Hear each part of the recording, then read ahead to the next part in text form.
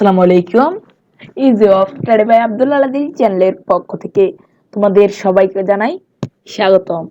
আমি আছি তোমাদের সাথে Mohammad Abdul Aladil, easy of study by Abdul Aladil চ্যানেলের পক্ষ থেকে। তোমাদের অনেকক্ষণ অপেক্ষা করার পর আমরা এখন গণিতের সমাধান নিয়ে উপস্থিত হয়েছি। তো এখানে অনেকগুলো ম্যাথ আছে, যেগুলো অনেকগুলা অধ্যায়ের সমান, প্রায় অনেক বোঝার ম্যাথ। তো তোমরা যদি এই ম্যাথগুলো বুঝে থাকো তাহলে তোমাদের 7 অর্থাৎ সপ্তম শ্রেণীতে উত্তীর্ণ হলো তোমাদের ওখানে ম্যাথগুলো তোমাদের খুবই সহজ লাগবে। তো তোমরা ক্লাসটি মনোযোগ সহকারে করবে। তোমরা যদি ক্লাসটি না বুঝে থাকো তাহলে তোমরা তাহলে দ্বিতীয়বারও দেখতে পারো। তো তোমরা ভিডিওটি শেয়ার করবে, তোমাদের বন্ধুদেরও দেখার সুযোগ করে দিবে, তাদেরও বোঝার সুযোগ করে দিবে। এবং তোমরা যদি আমাদের চ্যানেলে নতুন হয়ে থাকো তাহলে আমাদের চ্যানেলটি সাবস্ক্রাইব করে পাশে থাকা বেল আইকনটি প্রেস করে দিতে একদমই ভুলবে না। আর যারা ইতিমধ্যে সাবস্ক্রাইব করে ফেলেছো তাদেরকে অসংখ্য ধন্যবাদ। তো আর দেরি কিসের, আমরা চলে যাই আমাদের কম্পিউটার স্ক্রিনে।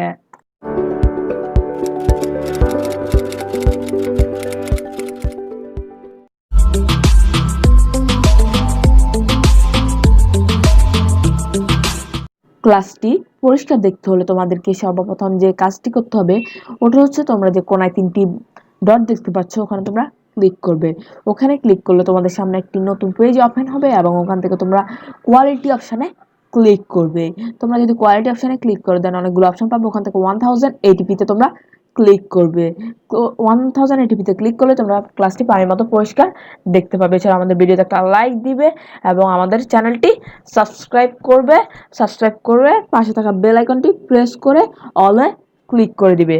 এছাড়াও তোমরা কোন স্কুল থেকে বলতেছো এবং কোন জেলা থেকে বলতেছো সেটা তোমরা অ্যাড এ পাবলিক কমেন্ট ওখানে ক্লিক করে তোমরা তোমার স্কুলের নাম এবং জেলার নাম লিখে দিবে। এছাড়া আমাদের চ্যানেলে ভিজিট করতে তোমরা আমাদের লোগোর পাশে আমাদের নেম দেওয়া আছে, ওখানে তোমরা ক্লিক করলে আমাদের চ্যানেলে পৌঁছে যাবে। তো আশা করি তোমরা বুঝতে পেরেছো কিভাবে তোমরা পরিষ্কার ক্লাসটি দেখতে পাবে। তো আমরা চলে যাই আমাদের আজকের ক্লাসে।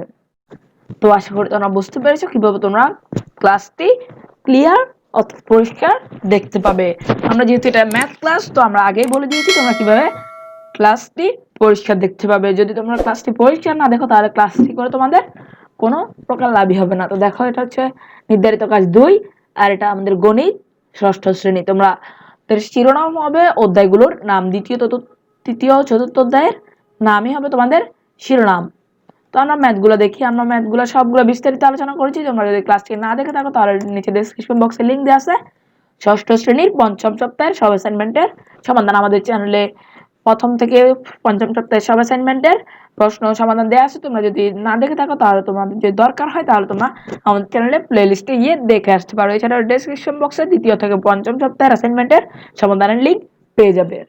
তো দেখো, প্রথম প্রশ্ন আমাদেরকে বলেছে আমরা এটা বিস্তারিত আলোচনা করব। আমাদের ক্লাসটি হয়তোবা বড় হতে পারে, তোমরা ক্লাসটি মন দিয়ে বুঝে তারপর করো। আর যদি কোনো কিছু না বুঝে থাকো তাহলে আমাকে নিচে কমেন্ট বক্সে কমেন্ট করতে পারো। কমেন্ট বক্সে যেহেতু ছবি দেওয়া যায় না, তো তোমরা আমাদের ফেসবুক গ্রুপে পোস্ট করতে পারো। এছাড়া আমাদের ফেসবুক পেজে মেসেজ করতে পারো। আমরা শীঘ্রই সমাধান করার চেষ্টা করব তোমার প্রশ্নটির। তো দেখো, এখানে আমাদের 1 নম্বর প্রশ্ন কি বলেছে, একটি ফলের দোকান থেকে 250টি ফজলি আম কিনে আনা হলো। 2 দিন পর 25টি আম পচে গেল এবং একটি আমের দাম 30 টাকা। এখানে তোমরা দেখো আমাদের যে কার্সরের পিছে একটা ইয়েলো ব্যাকগ্রাউন্ড আছে, ওটার দিকে তোমরা খেয়াল করো আর কার্সরটার দিকে খেয়াল রাখো। অনেক সময় আমরা ইয়েলো ব্যাকগ্রাউন্ড না দিলে তোমরা কার্সরটা অনেক জায়গায় হারিয়ে ফেলো। তো দেখো, তোমরা আমাদের ক নম্বর প্রশ্ন বলেছে 25 টাকা 75 টাকা শতকরা কত। আশা করি তোমরা পারবে। তাছাড়া আমরা তোমাদের জন্য সমাধান রেডি করেছি। দেখো, 1 নং প্রশ্ন উত্তর ক। 75 টাকা 25 টাকা, 75 টাকার 25 টাকা, 1 টাকা এত টাকা, আর 100 টাকার হবে 25 গুণ 100 নিচ্ছে হবে 75, যেটা আমাদের গুণ হবে। এখানে 1 থেকে 100 এসেছে, 1 বড়, সেহেতু আমাদের গুণ হবে। তো আমরা যদি কাটাকাটি করি তাহলে দেখো 75 আর 25কে কাটলে আমাদের কি হয় 1, আর এখানে হয় আমাদের 3, আর 3 ভাগ 100 ইকুয়ালটা আমাদের হয় 33 সমস্ত 3 ভাগের 1%। কেন দিয়েছি, এটা যেহেতু আমাদের 100-তে কনভার্ট হয়ে গেল। তো আমরা দেখি এরপরের প্রশ্ন আমাদের কি বলছে, আমরা ওটা একটু দেখি। শতকরা কতটি আম ভালো আছে। 250টি ফজলি আম কিনে আনা হলো, 2 দিন পর 25টি আম পৌঁছে গেল আমাদের। দেখি এটার পর আনসারটা কিভাবে লিখেছি আমরা। দেখো, দেওয়া আছে আম কিনলো 250টি, পচে গেল 25টি। ভালো আমের সংখ্যা 250 বিয়োগ 25 ইজ ইকুয়াল টু 25টি, অর্থাৎ 225টি। 250টির মধ্যে ভালো আছে 225টি, একটির মধ্যে ভালো আছে 225 ভাগের 250, অর্থাৎ 250 নিচে আর 225 উপরে। আর 100টির মধ্যে ভালো আছে, এটা গুণ হবে, তো আমরা গুণ আকারে লিখলাম। এন্ড দেন আমি তোমাদেরকে কাটাকাটিটা একটু জুম করে দেখাই। এই দেখো 250কে আমরা কাটলাম 5 দিয়ে, আর এটাকে কাটলাম আমরা 5 দিয়ে, তাহলে আমাদের এখানে আসবে আমাদের 250, 5 5 25, আর এখানে আসবে আমাদের 2। এই দেখো আমাদের 2, আর এখানে হচ্ছে আমাদের 5। এন্ড দেন আমরা যদি 5কে কাটি 225 দিয়ে, তাহলে আমাদের আসবে 45, আর এখানে 45 গুণ 2 ইজ ইকুয়াল টু 90টি। আশা করি তোমরা বুঝতে পেরেছো। আমরা এখন এগুলো ইরেজ করে দিই। দেন দেখো অর্থাৎ ভালো আমের পরিমাণ 90%। পার্সেন্ট কেন দিয়েছি আমরা, যেহেতু এটা এখন শতকরা আমাদের প্রকাশ করতে বলেছে, আর আমরা শতকরায় প্রকাশ করে ফেললাম। এরপরে প্রশ্ন আমাদের কি বলেছে আমরা একটু ওটা দেখি। আমাদের ক্লাসটি বড় হতে পারে, এর জন্য আমরা দুঃখ প্রকাশ করতেছি। গ হচ্ছে একটি আম কত টাকায় বিক্রয় করা হলে মোটের উপর 10% লাভ হবে। তো দেখো এখানে আমাদের একটি আম কত টাকায় বিক্রয় করা হলে মোটের উপর 10% লাভ হবে। দেওয়া আছে একটি আমের দাম 30 টাকা, এটা আমাদের প্রশ্নে দেওয়া আছে। দেখো একটি আমের দাম 30 টাকা, এন্ড দেন 10% লাভে বিক্রয় মূল্য, এটা 10% লাভে যেহেতু বলছে, তাহলে এটা 100-র সাথে 10 যোগ হবে। তো আমরা 100-র সাথে 10 যোগ করলাম, তাহলে আমাদের আসে 110 যোগ করলে আমাদের আসে 110 টাকা। তো ক্রয় মূল্য 100 টাকা হলে বিক্রয় মূল্য হবে 110 টাকা, ক্রয় মূল্য 1 টাকা হলে আমাদের বিক্রয় মূল্য হবে 110 ভাগের 100। এন্ড দেন 30 টাকা করলে এটা আমাদের গুণ আকারে চলে যাবে, তাহলে গুণ হলো। এন্ড আমরা এটা থেকে কি কাটলাম, শূন্য একটা এখানে কাটলাম, আর একটা এখানে কাটলাম, তার আমাদের থাকে 11 গুণ 3 ইকুয়াল টু 33 টাকা। অনেক স্কুলে শূন্যগুলা কাটা অ্যাকসেপ্ট করে না, এটার জন্য আমি তোমাদের সমাধান বলে দিচ্ছি। এই দেখো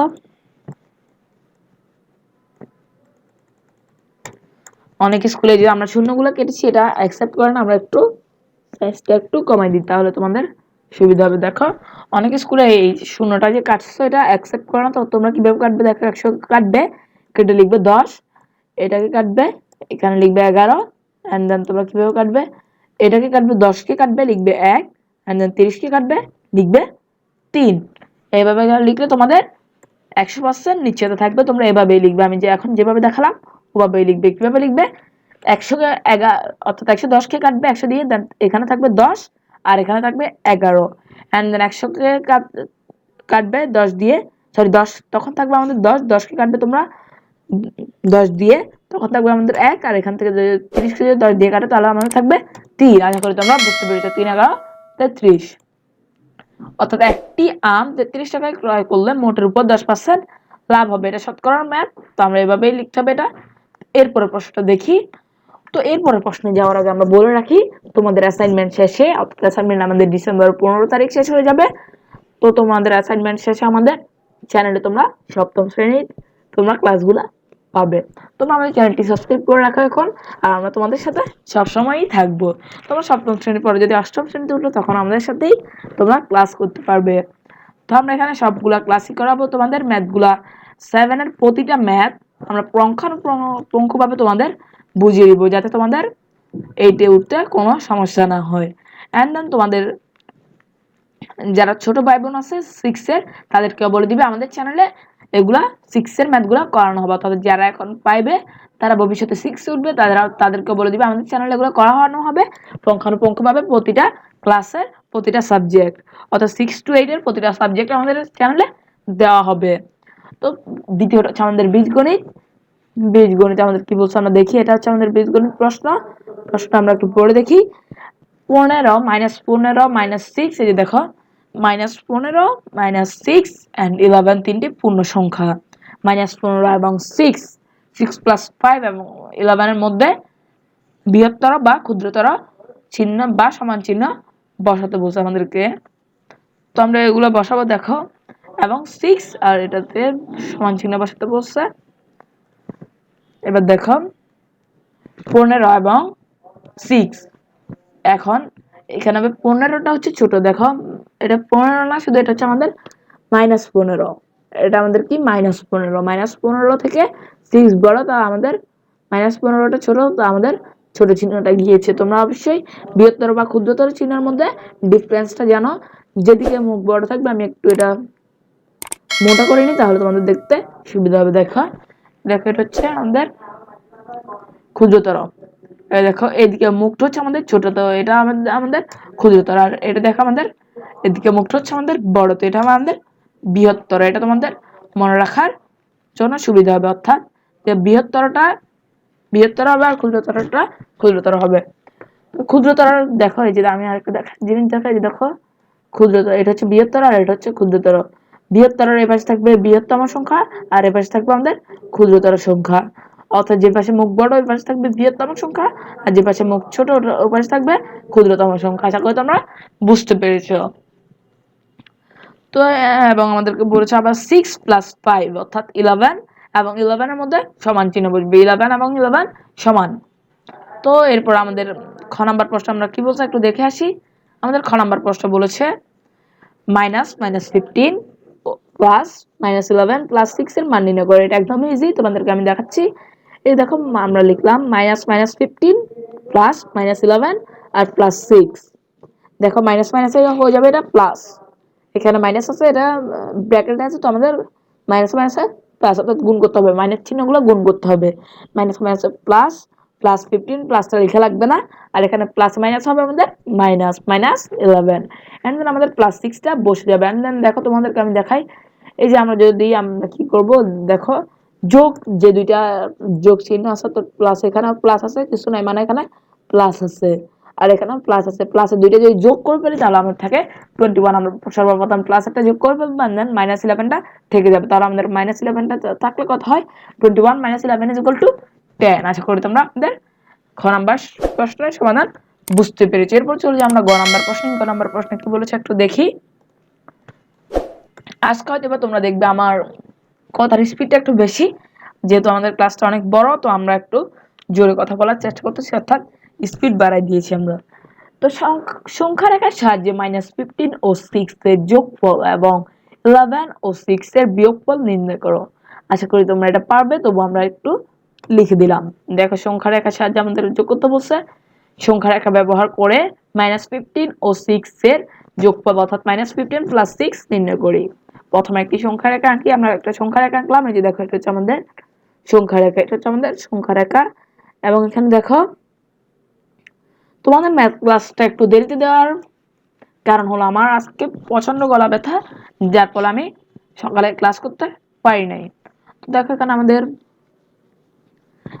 প্রথমে আমরা কি করলাম, 0 থেকে -15 পর্যন্ত গেলাম, অ্যান্ড দেন আমাদেরকে বলছে +6 প্লাস 6 যোগ করতে হবে +6। আমরা এখান থেকে দেখো, এই যে দেখো আমরা এটাকে 0 থেকে গেলাম আমরা এখানে -15 পর্যন্ত, এখানে গেলাম আমরা -15 পর্যন্ত, অ্যান্ড দেন আমাদের কি করলাম, আমরা করলাম আমাদেরকে বলছে +6। আমরা এখান থেকে +6 গেলাম, প্লাস হলে আমরা ডান পাশে যেতে হবে, আর মাইনাস হলে আমাদের বাম পাশে যেতে হবে, যেটা তোমরা আশা করি জানো। তোমরা যদি আমার 6 এর ক্লাসগুলো করতে, ওখানে আমরা বিস্তারিত বলেছি। তো দেখো -15 আর +6 হলো আমাদের হয় -9, -9টা আমরা দেখিয়ে দিলাম যে এটা হচ্ছে আমাদের আনসার। এরপর হচ্ছে আমাদেরকে বলেছে এটা বিস্তারিত দিতে বলেছে, আমি বিস্তারিত দিলাম। দেখো প্রথমে 0 বিন্দু থেকে বাম দিকে 15 ধাপ অতিক্রম করে -15 বিন্দুতে পৌঁছায়। তারপর -15 বিন্দুর ডান দিকে 6 ধাপ অতিক্রম করে -9 বিন্দুতে পৌঁছায়। তাহলে আমাদের -15 এবং +6 এর যোগফল হবে আমাদের -9। তোমরা এটা মিলেছে কিনা তোমরা এটা যোগ বিয়োগ করে তোমরা এটা দেখে নিতে পারো, আমাদের এটা মিলেছে। তো এরপর আমাদেরকে আরেকটা জিনিস করতে বলছো, ওটা দেখো। এবং এরপর আমাদের বলেছিল, দেখো এখানে আমাদের কি বলছে, সংখ্যা রেখার সাহায্যে এই দুইটার, এই যে দেখো এই সংখ্যা দুইটার যোগফল বের করে এবং এই সংখ্যা দুইটার বিয়োগফল নির্ণয় করতে বলছে আমাদেরকে। আমরা এই দুইটার যোগফল আমাদের কমপ্লিট, আর এটা আমাদের কমপ্লিট হয় না, আমরা যেটা কমপ্লিট করব। এবং 11 ও 6 এর বিয়োগফল অর্থাৎ 11 - 6 অর্থাৎ কি 11 - 6 নির্ণয় করি। প্রথমে একটি সংখ্যা রেখা আঁকি, আমরা একটা সংখ্যা রেখা আঁকলাম, এন্ড দেন সংখ্যা রেখা আমরা কি করলাম, সংখ্যা রেখা 0 বিন্দু থেকে, এই দেখো 0 বিন্দু থেকে আমরা গেলাম প্রথমত 11 পর্যন্ত। আমাদেরকে বলছে +11 যেতে হবে, +11 গেলাম আমরা। এন্ড দেন আমাদেরকে বলছে -6 যেতে হবে, আমরা -6 গেলাম। এই যে দেখো আমরা -6 পর্যন্ত আসলাম। তোমরা চাইলে এটা তোমরা উপরে লিখতে পারো, এই যে লেখাটা তোমরা উপরে লিখতে পারো, এটাকে তোমরা লিখবে এখানে। তো -6 পর্যন্ত গেলাম, তাহলে -6 পর্যন্ত গেলে কথা হয় দেখো 1 2 3 4 5 6 6 পর্যন্ত আসলাম। 6 পর্যন্ত আসলে আমাদের থাকে এটা 11 থেকে 1 2 3 4 5 6, সরি এখানে আসবে। তো দেন তোমরা লিখবে এটা আনসার হচ্ছে আমাদের 5 এ গেলে তো আমাদের আনসারটা হবে এখানেই 5। তো আমরা এটা দেখিয়ে দিলাম যে এটার আনসার হবে আমাদের 5। আশা করি তোমরা বুঝতে পেরেছো। এন্ড দেন আমরা এটা ব্যাখ্যা লিখলাম। এই দেখো প্রথমে 0 বিন্দু থেকে 11 ধাপ ডানে অতিক্রম করে 11 বিন্দুতে পৌঁছায়, তারপর 11 বিন্দুর বাম দিকে 6 ধাপ অতিক্রম করে 5 বিন্দুতে পৌঁছায়। আমি তোমাদেরকে বলে দিচ্ছি, এটা তোমরা অবশ্যই জানো। আমাদের যদি যোগ হয় তাহলে আমাদের যেতে হবে ডান দিকে, আর বিয়োগ হলে আমাদের যেতে হবে বাম দিকে। তো দেখি আমরা এরপরে, তাহলে 11 ও 6 এর বিয়োগফল হবে +11 -+6, তাহলে আমাদের হবে 5। আমরা যদি এটা এভাবে করে দেখি তাহলে তোমাদের দেখাচ্ছি আমি 11 -6, তাহলে আমাদের আনসার হবে আমাদের 5। আমাদের কলমের কালিটা এখানে মোটা হয়ে গিয়েছে, তো এই জন্য আমরা লিখলাম না। দেখো এরপরে চলে যাই আমরা পরের প্রশ্নে। এখানে আমাদেরকে কি বলছে একটু দেখি। 3 নং প্রশ্নের কয় আমাদের কি বলছে ওটা আমাদের দেখতে হবে। আমরা এটার ঠিক হয়ে গেছে, আমরা সলভ করে ফেললাম, এটা আমরা সলভ করে ফেললাম। তো এটা আমাদের আনসার। আমাদের এখানে আনসার হবে দুইটা, একটা হচ্ছে এটা আর একটা হচ্ছে এটার। এন্ড দেন আমাদের 3 নম্বর প্রশ্ন আমরা কি বলছে একটু ওটা দেখে আসি। আমাদের 3 নম্বর প্রশ্ন বলেছে দেখো প্লাস মাইনাস যোগ বিয়োগ গুণ ভাগ চিহ্নের সাহায্যে লেখো। প্রথমে আমাদের কি বলছে x এর 7 গুণ অর্থাৎ 7x থেকে y এর 3 গুণ অর্থাৎ 3y, 7x - 3y। এটার আনসার আমাদের কত? এই দেখো আমি তোমাদেরকে দেখাচ্ছি। x এর 7 গুণ হলো 7x আর y এর 3 গুণ হলো 3y। এটা কি হবে আমাদের 3y হবে আমাদের এটা y। এর জন্য তোমাদেরকে বলি তোমরা আমাদের পুরো ক্লাসটি দেখবে। নির্ণয় বিয়োগফল হবে 7x - 3y, এখানে হবে আমাদের y। তো এরপর আমাদেরকে বলছে পরের প্রশ্নটা আমরা একটু দেখে আসি। এ ও বি এর গুণফলের সাথে সি এর 8 গুণ যোগ। এ ও বি এর গুণফল হচ্ছে A B, A R B কে গুণ করলে কি হয় আমাদের এ বি আসে, আর সি এর 8 গুণ অর্থাৎ 8c। নির্ণয় যোগফল equal to A B plus 8c। এখানে এ বি আর 8c আমরা যোগ কেন করতে পারি না, কারণ কখনো এর সাথে এ বি এর সাথে সি যোগ করা যাবে না। তোমরা কি কখনো, যেমন আমি তোমাদেরকে এটা একটা উদাহরণ দিয়ে বুঝাই। তোমার কাছে একটা আম আছে আর একটা জাম আছে, তাহলে তোমাদের কাছে মোট কয়টা আম আছে? একটাই আম আছে। কয়টা জাম আছে? একটাই জাম আছে। যেহেতু তোমরা এখানে যোগ করতে পারো নাই, কারণ আম জাম যোগ করা যায় না। এখানে দেখো সি আর এখানে দেখো এ বি, যেটা আমাদের ভিন্ন। তো এই জন্য আমরা বলি আম আর জাম যোগ করা যায় না। আম যোগ করা যায়, জাম যোগ করা যায়, বাট আম আর জাম যোগ করা যায় না। এ ও বি এর যোগফলকে x থেকে y এর বিয়োগফল দ্বারা ভাগ। এ ও বি এর যোগফল হবে a প্লাস বি। দেখো আমরা লিখেছি তোমাদের জন্য। এ ও বি এর যোগফল হবে a plus B and x ও y এর বিয়োগফল হবে x মাইনাস y। আমাদের ভাগ করতে বলছে, আমরা ভাগ করলাম। এন্ড আমাদের 3 এর ঘয় কি বলে দেখি।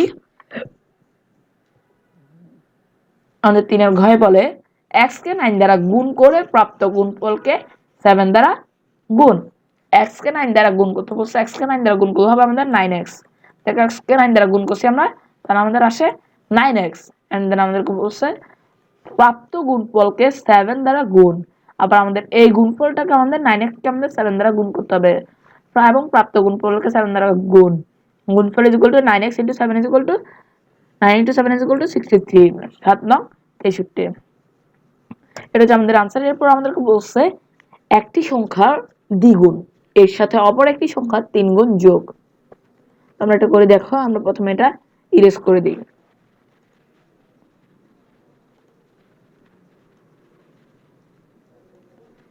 একটি সংখ্যার দ্বিগুণ অর্থাৎ এক্স এর আমরা ধরলাম এক্স কে ধরলাম প্রথম সংখ্যা, অর্থাৎ আমাদেরকে দুইটি সংখ্যা বলছে। দেখো দেখা এখানে বলছে একটি সংখ্যা দ্বিগুণ, এটা হচ্ছে একটি সংখ্যা অপর একটি সংখ্যা তিন গুণ, অর্থাৎ এখানে দুইটা সংখ্যা আছে, একটা ধরলাম আমরা এক্স আর একটা ধরলাম আমরা ওয়াই। এন্ড দেন আমাদের কি হয়, এক্স এর দ্বিগুণ হচ্ছে 2x আর ওয়াই এর তিন গুণ হচ্ছে 3y। এন্ড দেন এক্স এর দুই গুণের সাথে অপর সংখ্যা যোগ, অর্থাৎ তাহলে আমাদের আনসার হবে 2x প্লাস 3y। আমরা এখানে করলাম, দেখো এক্স এর দ্বিগুণ হচ্ছে 2x এন্ড দ্বিতীয় সংখ্যাটি ধরলাম আমরা y, সুতরাং দ্বিতীয় সংখ্যাটি 3 গুণ ইকুয়াল টু 3y। তো আমাদের আনসার আসবে 2x প্লাস 3y। আশা করি তোমরা এটা বুঝতে পেরেছো। এরপর আমাদেরকে বলেছে আমরা এগুলো প্রথমে ইরেজ করে দিই। 4 নাম্বার প্রশ্ন, অর্থাৎ আমাদের সর্বশেষ প্রশ্নে আমাদের বলেছে একটি খাতার দাম a টাকা, একটি বইয়ের দাম b টাকা, একটি কলমের দাম c টাকা। তোমরা এটা মনে রাখো, খাতার দাম a, বইয়ের দাম b আর কলমের দাম c। 5টি কলম 3টি খাতার দাম কত? 5টি কলমের দাম হবে, আমরা দেখাই প্রথমে এখানে 5টি কলমের দাম হবে আমরা, আর তোমরা হাতে হাতে গুণ করে ফেলতে পারো, অর্থাৎ হাতে হাতে ম্যাথগুলো করে ফেলতে পারো। 5টি কলমের দাম হচ্ছে আমাদের, একটি কলমের দাম হচ্ছে c টাকা, সুতরাং আমাদের 5টি কলমের দাম হবে 5c। 5 * c = 5c। এবং বলেছে 3টি খাতার দাম, হ্যাঁ 3টি খাতার দাম হবে আমাদের, একটি খাতার দাম a টাকা, তাহলে আমাদের 3টি খাতার দাম হবে প্লাস 3a। তোমাদের প্রশ্ন হতে পারে প্লাস কেন হয়েছে এখানে তো মাইনাস হতে পারতো, কারণ আমাদেরকে বলছে 5টি কলম ও 3টি খাতার দাম কত। তোমরা যদি চাও সরি এখানে আমাদের যোগ করতে পারো না, আমাদেরকে বলছে এখানে রেখে দিতে, তো আমরা রেখে দিলাম। 5টি খাতার দাম হবে আমাদের, 5টি কলমের দাম হবে আমাদের কি 5c এন্ড 3টি খাতার দাম হবে 3a টাকা। আমরা এটা সমাধান করেছি তোমাদের জন্য খুবই সুন্দরভাবে। দেখো দেওয়া আছে একটি খাতার দাম 60 টাকা, সরি দেখি আমরা, একটি খাতার দাম a টাকা, একটি বইয়ের দাম b টাকা, একটি খাতার দাম c টাকা। এখানে হবে এটা a, এটা হবে আমাদের a। একটি বইয়ের দাম b টাকা এবং একটি কলমের দাম c টাকা। 5টি কলমের দাম 5c টাকা আর 3টি কলমের দাম হবে 3a টাকা। আশা করি তোমরা বুঝতে পেরেছো, কারণ একটি খাতার দাম যদি আমাদের হয়, একটি কলম দাম যদি আমাদের হয় c টাকা, তাহলে 5টির দাম কত হবে গুণ করতে হবে, আমরা গুণ করলে হয় 5c। আর যদি আমাদের 3টি খাতার দাম বলে আমাদের, তাহলে একটি খাতার দাম যদি a টাকা হয়, তাহলে 3টি খাতার দাম হবে 3a টাকা। সুতরাং আমাদের 5টি কলমের দাম 5c টাকা আর 3টি কলমের দাম 3a টাকা। আর আমরা যদি যোগ করি, এটা মোট দাম হবে আমাদের এত টাকা। আশা করি তোমরা বুঝতে পেরেছো, আমরা এগুলো ইরেজ করে দিচ্ছি। এরপরের প্রশ্ন আমাদের কি বলছে, 10টি বই ও 4টি খাতার দাম কত? আমাদের 10টি বইয়ের দাম হবে, আমি দেখাচ্ছি, 10টি বইয়ের দাম হবে আমাদের 10b, আর এখানে আমাদের 4টি খাতার দাম হবে আমাদের 4a টাকা। আশা করি তোমরা বুঝতে পেরেছো, আমাদের এটা হবে আমাদের আনসার 10b প্লাস 4a। তবে আমি তোমাদের জন্য এটা আলাদা করে রেডি করেছি, তোমরা দেখো 10টি বইয়ের দাম হবে 10b টাকা, একটি 4টি খাতার দাম হবে 4a টাকা। 10টি বই 4টি খাতার মোট দাম 10b প্লাস 4a। আমাদের যোগ করতে হবে, আমার জাম যোগ করা যায় না, তো আমরা আমার জাম যোগ করতে পারি নাই। আমার যদি হতো এটা যে 10b 4b হতো, তাহলে আমরা 14b লিখতে পারতাম। 3 নম্বর প্রশ্ন আমাদের কি বলছে দেখি, আমি একটু জোরে বলতেছি যেহেতু এটা সহজ ম্যাথ এবং আমাদের টাইম অনেক বেশি হয়ে গিয়েছে। 8টি খাতা 6টি বই ও 9টি কলমের দাম কত? 8টি খাতার দাম 80 টাকা। কেন? কারণ একটি খাতার দাম a টাকা, 6টি বইয়ের দাম 6b টাকা। আমি তোমাদেরকে বলে রাখি, তোমরা একটা খাতা নাও এবং ওখানে লিখে রাখো খাতা ইজ ইকুয়াল টু a, বই ইজ ইকুয়াল টু b, কলম ইজ ইকুয়াল টু c, তাহলে তোমাদের জন্য খুবই সুবিধা হবে। 8টি খাতার দাম 80 টাকা, কারণ আমাদেরকে 8টি বলছে, একটি খাতার দাম a টাকা, সুতরাং 8টি খাতার দাম 80 টাকা। 6টি বইয়ের দাম, একটি বইয়ের দাম b টাকা, সুতরাং 6টি বইয়ের দাম 6b টাকা। 9টি কলমের দাম 9c টাকা, যেহেতু একটি কলমের দাম c টাকা, সুতরাং 9টি কলমের দাম 9c টাকা। সুতরাং 8টি খাতা ও 6টি বই এবং 9টি কলমের দাম 8a plus 6b plus 9c টাকা। আশা করি তোমরা আমাদের ক্লাসটি উপভোগ করেছো। যদি আমাদের ক্লাসটি উপভোগ করে থাকো, তাহলে তোমাদের বন্ধুদের সাথে ক্লাসটি শেয়ার করতে একদমই ভুলবে না। এবং আমাদের পরবর্তীতে আমাদের অ্যাসাইনমেন্ট আসলে তোমরা আমাদের চ্যানেলে এগুলো সমাধান পাবে। সমাধান বলতে তোমরা 7-এর যে ইনশাআল্লাহ তোমরা 7-এ উঠে যাবে কিছুদিনের মধ্যে, তো ওখানে তোমরা 7-এর ক্লাসগুলো তোমরা পাবে, আমাদের চ্যানেলেই তোমরা ওগুলো পাবে, তোমাদের অন্য কোথাও কোনো কিছুই করতে হবে না। তোমাদের অনেকেই তোমরা টিউশনই করো, তোমাদের টিউশনও করার দরকার নাই, যেহেতু আমরা তোমাদের সাথেই আছি। তোমরা ইনশাল্লাহ সবসময় আমাদের সাথেই পাবে। তো তোমরা এটা তোমাদের বন্ধুদের বলে দিবে যে আমাদের চ্যানেলে 7 এর ম্যাথ, ইংলিশ এবং বাকি সাবজেক্টগুলো করানো হবে এবং আমাদের চ্যানেলে সমাধান দেওয়া হয়। আর ভিডিওটি শেয়ার করতে একদমই ভুলবে না। তো আজকের মতো এই পর্যন্ত। যারা আমাদের চ্যানেলটি এখনো সাবস্ক্রাইব করো নাই, সাবস্ক্রাইব করে পাশে থাকা বেল আইকনটি প্রেস করে দাও। আর যারা ইতিমধ্যে সাবস্ক্রাইব করে ফেলেছো তাদেরকে অসংখ্য ধন্যবাদ। তো আজকের মতো এই পর্যন্তই। আল্লাহ হাফেজ।